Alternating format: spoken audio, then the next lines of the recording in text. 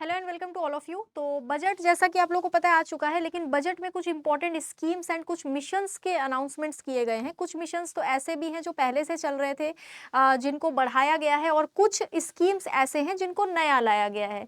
तो जिन भी चीज़ों के बारे में इस तरीके से बात करी गई है, कितना अलॉटमेंट किया गया, कितना पैसा दिया जा रहा है, किस किस क्षेत्र में कौन कौन सी चीज़ों को लागू किया जा रहा है, उन मिशंस के बारे में और उन योजनाओं के बारे में हम डिस्कस करेंगे। क्योंकि बजट आप ऑलरेडी पढ़ चुके हैं, बजट में क्या है क्या नहीं है, किसको कितना बजट दिया गया, रेलवे को कितना मिला, रक्षा क्षेत्र को कितना मिला, एजुकेशन सेक्टर को कितना मिला, कृषि को कितना मिला, ये हमें पता है। अब हमें ये जानना है कि भाई किस किस स्कीम को शुरू करा गया है, कौन कौन सी स्कीम के डेट बढ़ाए गए हैं, किन किन स्कीम्स के दूसरे चरण को शुरू किया गया है, और कौन कौन से नए मिशंस को लागू किया गया है। तो इसमें कुछ इंपॉर्टेंट मिशंस एंड स्कीम्स के बारे हम डिस्कस करेंगे। तो देखिए, सबसे पहले यहाँ पर फर्स्ट वाला जो है पीएम धन धान्य कृषि योजना। पीएम धन धान्य कृषि योजना जो है, आपको सिंपली समझ में तो आ ही रहा है कि ये जो स्कीम है ये किसानों के लिए है। हमारी किसानों के लिए एक योजना शुरू करी गई थी, प्रधानमंत्री फसल बीमा योजना। वो भी आपको पता होगा, काफी समय पहले इसको शुरू किया गया था, जो अभी भी बहुत बेहतरीन तरीके से ऑपरेट कर रहा है इंडिया में। ठीक है, किसानों के लिए किसान सम्मान निधि योजना शुरू किया गया था, वो भी बहुत बेहतरीन तरीके से ऑपरेट कर रहा है। उसके बारे में भी, किसान सम्मान निधि के बारे में भी यहाँ पर बजट में काफी सारे डिक्लेरेशंस हुए हैं, डिस्कशंस हुए हैं। अब इसकी अगर इस योजना की हम बात करें तो इस योजना के तहत 100 जिलों को शामिल किया जाएगा। यहाँ पर कह दिया गया है कि 100 जो डिस्ट्रिक्ट्स है इंडिया में, उनको यहाँ पर शामिल किया जाएगा जहाँ पर कम पैदावार होता है, आधुनिक कृषि पद्धतियों की जहाँ पर कमी है, और कम ऋण मानदंडों की स्थिति है। मतलब ऐसे क्षेत्र जहाँ पर खेती किसानी को लेकर इश्यूज है। किस तरह के इश्यूज? तो जहाँ पैदावार कम है, भाई पैदावार कम है तो क्यों है, उत्पादन कम है तो क्यों है, क्या रीजन है, उसको देखा जाएगा। आधुनिक कृषि पद्धतियों की कमी, यानी कि मॉडर्न टेक्नोलॉजी जो हम लोग देख रहे हैं आज के टाइम पे, मॉडर्न टेक्नोलॉजी का इस्तेमाल करके कृषि की जा रही, खेती की जा रही है। तो इन चीजों की जहां जहां पर कमी है, मॉडर्न कृषि पद्धतियों की, यानी कि मॉडर्न एग्रीकल्चरल मेथड्स की जहां पर कमी देखने को मिलेगी, उसको हम लोग यहाँ पर चिन्हित करेंगे। साथ में कम ऋण मानदंडों की जहां पर स्थिति है, उन जगहों को चिन्हित करके इस योजना के तहत उन 100 जिलों को शामिल किया जाएगा। ठीक है, योजना का फायदा 1.7 करोड़ किसानों को मिलने का अनुमान है। सरकार ने ऐसे ऐसे जगह को चिन्हित करा है जहां पर जब सरकार ने डेटा बनाया तो डेटा से सरकार को यह अनुमान है कि इस योजना की वजह से लगभग 1.7 करोड़ किसानों को फायदा होने वाला है। इस योजना का उद्देश्य क्या है? मैंने आपको जो फर्स्ट वाली लाइन में बताया ना, वही उद्देश्य है।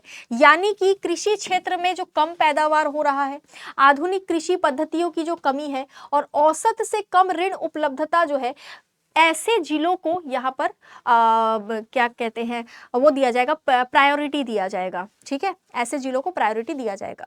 ऐसे जिलों में जो गांव है, जो एरियाज हैं, उन जिलों को और उन एरियाज को प्रायोरिटी दी जाएगी, ताकि मॉडर्न तरीके से खेती किसानी हो, पैदावार ज्यादा हो, उत्पादन ज्यादा से ज्यादा, और जो ऋण लेना चाहते हैं, जो लोन लेकर के खेती किसानी में कुछ करना चाह रहे हैं, है ना, तो उनको भी जो है ज्यादा दिक्कतें ना हो। तो इस चीज को लेकर के किसानों के लिए मेनली इस योजना की घोषणा करी गई है। अब नेक्स्ट है फंड ऑफ फंड योजना, fund of fund scheme.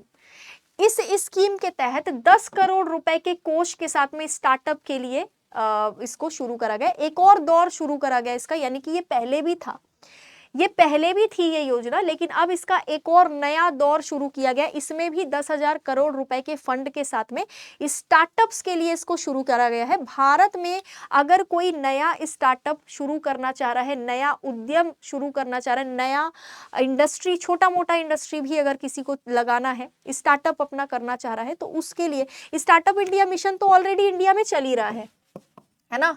India में स्टार्टअप इंडिया मिशन तो ऑलरेडी चल ही रहा है। ठीक है, स्टार्टअप इंडिया स्कीम भी आप इसको कह सकते हैं। ये स्कीम 2016 से तो बिल्कुल इंडिया में चल ही रही है। इसी स्कीम का आप एक भाग इसको समझ सकते हैं, इसी स्कीम जैसा ही है। भारत में जिन लोगों को स्टार्टअप शुरू करना है, उन लोगों की मदद के लिए यहाँ पर फंड ऑफ फंड योजना जो है ये फिर से शुरू करने की, यानी कि इसका जो एक और दौर है, आप दूसरे चरण की तरह भी इसको समझ सकते हो। इसका एक और दौर शुरू किया जाएगा। सरकार स्टार्टअप के माध्यम से नवाचार को इंडिया में बढ़ावा देने पर ध्यान केंद्रित कर रही। सरकार चाहती है कि जो लोग अपना बिजनेस ओपन करना चाहते हैं, अपना उद्योग सेटअप करना चाहते हैं, उन लोगों को किसी भी तरीके से पैसों की कमी की वजह से रुकावट ना आए। ठीक है, अब नेक्स्ट है national manufacturing mission. National manufacturing mission जो है ये पूरी तरीके से हमारे मेक इन इंडिया कॉन्सेप्ट को सपोर्ट करेगा। मेक इन इंडिया का मतलब है भारत में बनाओ। जैसे इंडिया में देखोगे आप, चाइना के प्रोडक्ट्स बहुत ज्यादा बिकते हैं जिसमें लिखा होता है मेड इन चाइना। दूसरी और भी कंट्रीज है जहाँ के प्रोडक्ट्स इंडिया में बहुत बिकते हैं। हम लोग चाहते हैं कि हम दूसरी कंट्री का सामान इंडिया में ना ज्यादा बेचकर हम अपनी ही कंट्री में बना हुआ सामान बेचें।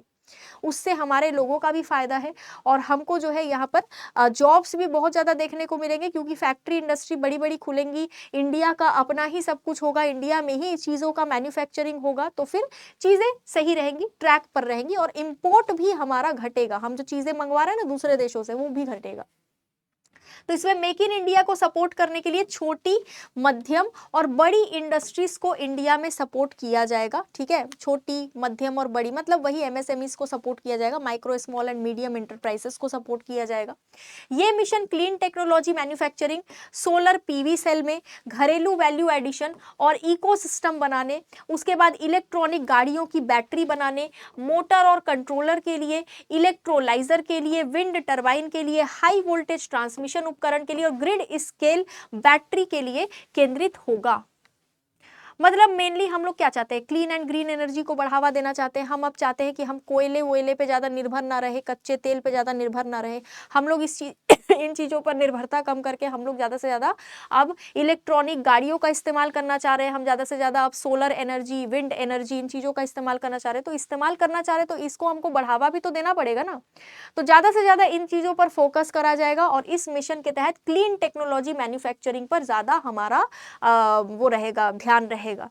ठीक है, नेक्स्ट है सक्षम आंगनवाड़ी और पोषण 2.0। 2.0 इसलिए लिखा है क्योंकि पहला चरण हो चुका है। 2.0 सक्षम आंगनवाड़ी और पोषण। इस योजना के तहत लगभग 8 करोड़ बच्चों और 1 करोड़ गर्भवती यानी प्रेग्नेंट महिला और 20 लाख किशोरियों को फायदा मिलने वाला है। ठीक है, जो लड़कियां हैं, जो किशोरियां हैं, लगभग 20 लाख किशोरियां पूरे इंडिया के और 8 करोड़ छोटे बच्चे और लगभग 1 करोड़ प्रेग्नेंट महिलाएं, इनको इसके तहत फायदा मिलने वाला है, जो दूसरा चरण शुरू किया जा रहा है। इसका मकसद क्या है, इसका उद्देश्य क्या है? इसका उद्देश्य है बच्चों को, किशोरियों को और गर्भवती महिलाओं को स्तनपान, और साथ में जो स्तनपान कराने वाली माताएं हैं जिनको बच्चा हो चुका है और वो बच्चे को स्तनपान करा रही हैं, उन माताओं को कुपोषण से बचाना। मतलब छोटे छोटे बच्चे, छोटी छोटी लड़कियां है ना, किशोरी लड़कियां मतलब उनको, और गर्भवती महिलाओं को और स्तनपान कराने वाली महिलाओं को कुपोषण यानी मैल न्यूट्रिशन से बचाने के लिए यहाँ पर इस सक्षम आंगनवाड़ी और पोषण 2.0 को फिर से शुरू करा गया है। ये मिशन शक्ति जो लॉन्च करा गया था उसी का एक हिस्सा है ये। ठीक है, इस योजना के तहत होगा क्या, तो आंगनवाड़ी केंद्रों के जरिए जो लाभार्थी है उनको पोषण दिया जाएगा, सप्लीमेंट्री पोषण, पूरक पोषण उनको दिया जाएगा। यानी कि खाने पीने की चीजों में जिन चीजों की कमी है, पोषक तत्वों की कमी है या पोषण की कमी है, वो पोषण जो है इनको दिया जाएगा। पूरी तरीके से इनको न्यूट्रिशियस फूड प्रोवाइड किया जाएगा ताकि इनमें कुपोषण ना हो जाए। ठीक है, अब स्वामी फंड 2, स्वामी फंड 2 केंद्र सरकार ने हाल ही में जो बजट पेश करा उसमें 15,000 करोड़ रुपए के लिए 15,000 करोड़ रुपए में स्वामी फंड 2 की घोषणा करी है। इसका उद्देश्य क्या है, पूरे इंडिया में बहुत सारे ऐसे आवासीय परियोजनाएं हैं जो अटकी पड़ी है। बात को समझना, बहुत सारे ऐसे प्रोजेक्ट्स हैं, हाउसिंग प्रोजेक्ट्स, जिसमें ये है कि भाई बन रहा है घर तो बन ही रहा है, अभी तक बन नहीं पाया, और जो जिसका घर बन रहा है वो खड़ा ही है, चाबी हाथ में आया नहीं है, वो खड़ा ही है, वो इंतजार ही कर रहा है, वो बन ही नहीं पाया। तो देश में ऐसी जितनी भी अटकी हुई आवासीय परियोजनाएं हैं यानी हाउसिंग प्रोजेक्ट्स है, उनको पूरी तरीके से कंप्लीट करके मालिक को चाबी हाथ में पकड़ाना सरकार का उद्देश्य है। बात समझ आई? देश भर में जितनी भी अटकी हुई लगभग 1 लाख लाख आवासीय परियोजनाएं हैं उनको पूरा करना इसका लक्ष्य है, ताकि मालिक के हाथ में भाई चाबी देके सरकार बोल दे लो भाई तुम्हारा काम हो गया। स्वामी फंड 2 क्यों लिखा है? क्योंकि पहला चरण इसका हो चुका है। वित्त मंत्री ने बोला है कि स्वामी फंड 1 के तहत अभी तक 50,000 घर के यूनिट्स जो है उनको पूरे कर लिए गए हैं। 2019 में स्वामी फर्स्ट जो है स्वामी फंड 1 को शुरू करा गया था 2019 में, और 2019 से अभी तक में 50,000 आवासीय यूनिट्स की चाबियां जो है वो मालिकों को प्रदान कर दी गई है, उनका हाउसिंग प्रोजेक्ट पूरा कंप्लीट करके। अब 2025 तक यानी इस साल तक 40,000 और यूनिट्स को पूरा करने का लक्ष्य रखा गया है। ठीक है, नेक्स्ट है न्यूक्लियर एनर्जी मिशन। आपको नाम से ही समझ में आ रहा है न्यूक्लियर एनर्जी मिशन से, इसमें रिसर्चर्स जो है और छोटे छोटे रिसर्चर जो है रिसर्चर जो है वो यहाँ पर काम करेंगे, रिसर्च वगैरह करेंगे, और इससे होगा क्या, शोध कार्य यानी कि रिसर्च और साथ में छोटे और मॉड्यूलर रिएक्टर्स के विकास के लिए न्यूक्लियर एनर्जी मिशन का जो अनाउंसमेंट है वो करा गया है। इसका लक्ष्य है साल 2033 तक हमारे भारत में छोटे छोटे मॉड्यूलर रिएक्टर्स पांच छोटे छोटे मॉड्यूलर रिएक्टर्स बनाकर उन्हें चालू कर दें, जिससे इंडिया में परमाणु ऊर्जा उत्पादन में हमको वृद्धि देखने को मिले। प्रावधान कितने का किया गया? इसमें 20,000 करोड़ का प्रावधान किया गया है। इंडिया में न्यूक्लियर एनर्जी को बढ़ावा देने के लिए यहाँ पर किया जा रहा है, परमाणु ऊर्जा का जो प्रोडक्शन है उसको बढ़ावा देने के लिए इसमें किया गया है। 2033 तक 5 छोटे छोटे न्यूक्लियर रिएक्टर जो है वो बनाकर तैयार कर दिए जाएंगे और उनको चालू भी कर दिया जाएगा। ये है इसका उद्देश्य। आपको ये लाइन याद रखना है बहुत अच्छे से, क्योंकि इसमें सन का मतलब टारगेट सन दे दिया गया है, टारगेट किया गया है सन को। ठीक है, याद रखना है। अब यहाँ पर देखोगे नेक्स्ट भारतीय भाषा पुस्तक योजना, ये क्या है?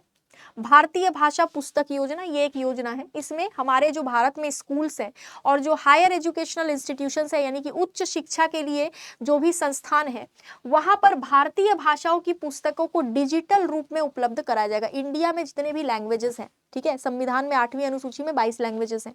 ठीक है, तो इंडिया में अलग अलग लैंग्वेजेस अलग अलग एरिया में बोला जाता है। तो भारतीय भाषाओं को ज्यादा से ज्यादा बढ़ावा देने के लिए यहाँ पर डिजिटल रूप से भारतीय भाषाओं की जो पुस्तकें हैं वो उपलब्ध होंगी, ऑनलाइन उपलब्ध होंगी, डिजिटल रूप से उपलब्ध होंगी। ठीक है, इसीलिए इस योजना को लागू करा गया। इसका उद्देश्य क्या है? उद्देश्य है जो स्टूडेंट्स हैं उनके विषय और उनकी भाषा को और बेहतर ढंग से समझने में मदद करना। छात्रों को डिजिटल फॉर्मेट में टेक्स्ट बुक भी मिलेगा, लर्निंग मटेरियल भी मिलेगा। मतलब कि आपको ऑनलाइन ही किताब मिल जाएगी, पूरी की पूरी टेक्स्ट बुक मिल जाएगी, और साथ में आपको जो भी स्टडी मटेरियल वगैरह है वो भी डिजिटल रूप से मिल जाएगा। ठीक है, सरकार ने शिक्षा क्षेत्र को इस बार लगभग रिकॉर्ड 1.2 लाख करोड़ रुपए आवंटित करे हैं। शिक्षा क्षेत्र के लिए 1.2 लाख करोड़, ये एक रिकॉर्ड है। ठीक है, बहुत पैसा दिया है सरकार ने इस बार शिक्षा क्षेत्र में। तो ये जो कुछ योजनाएं थी, जो कुछ मिशंस थे, वो अभी चर्चा में थे बजट के बाद। तो इनका आंकड़ा आपको याद रखना है, कितना कितना पैसा किस किस मिशन के लिए, किस स्कीम के लिए दिया गया है, कौन कौन से मिशन है जिनका दूसरा चरण शुरू किया गया है, ये सारी चीजें आपको ध्यान रखनी पड़ेंगी। इसमें एक मिशन और है समुद्रयान मिशन, जिसके तहत जो है काफी सारा पैसा यहाँ पर दिया जा रहा है सरकार के द्वारा समुद्रयान मिशन के तहत। उसको हम अलग से एक वीडियो में समझेंगे। आज के लिए इतना ही। Thank you so much.